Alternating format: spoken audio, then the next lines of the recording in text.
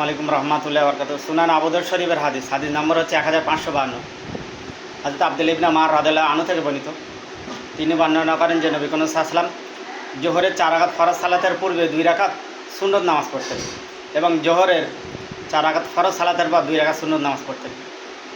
এবং নবী করিম সাল্লাল্লাহু আলাইহি ওয়াসাল্লাম মাগরিবের 3 রাকাত ফরজ সালাতের পর 2 রাকাত সুন্নত নামাজ পড়তেন ঘরে গিয়ে মায়েশার হুজরায়। এবং রাসূল সাল্লাম এশার 4 রাকাত ফরজ সালাতের পর 2 রাকাত সুন্নত নামাজ পড়তেন। আর জুমার 2 রাকাত ফরজ সালাতের পর বাড়ি গিয়ে 2 রাকাত সুন্নত নামাজ পড়তেন।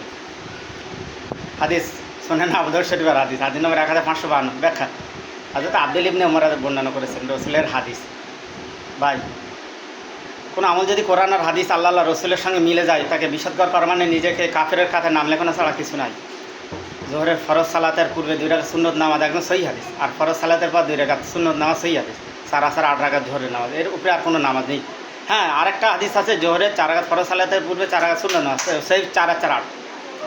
আর মাগরিবের 3 রাকাত ফরজ সালাতের পর 2 রাকাত সুন্নত নামাজ, তাও ঘরে গিয়ে 3 আর 2 5 রাকাত। আর এশার 4 রাকাত ফরজ সালাতের পর 2 রাকাত সুন্নত নামাজ রসুল বলেছেন। বেতের নামাজ 1 রাকাত 3 রাকাত 5 রাকাত 7 রাকাত 11 রাকাত পর্যন্ত হতে পারে, কোনো সমস্যা নেই। আর জুমা 2 রাকাত ফরজ সালাতের পর বাড়ি গিয়ে 2 রাকাত ফরজ সালাতের পর বাড়ি গিয়ে 2 রাকাত সুন্নত নামাজ রসুল পড়েছেন। ভাই, রসুলকে ফলো করবেন না বেদাতি মোল্লাদের ফলো করবেন, এবার দায়িত্ব আপনার।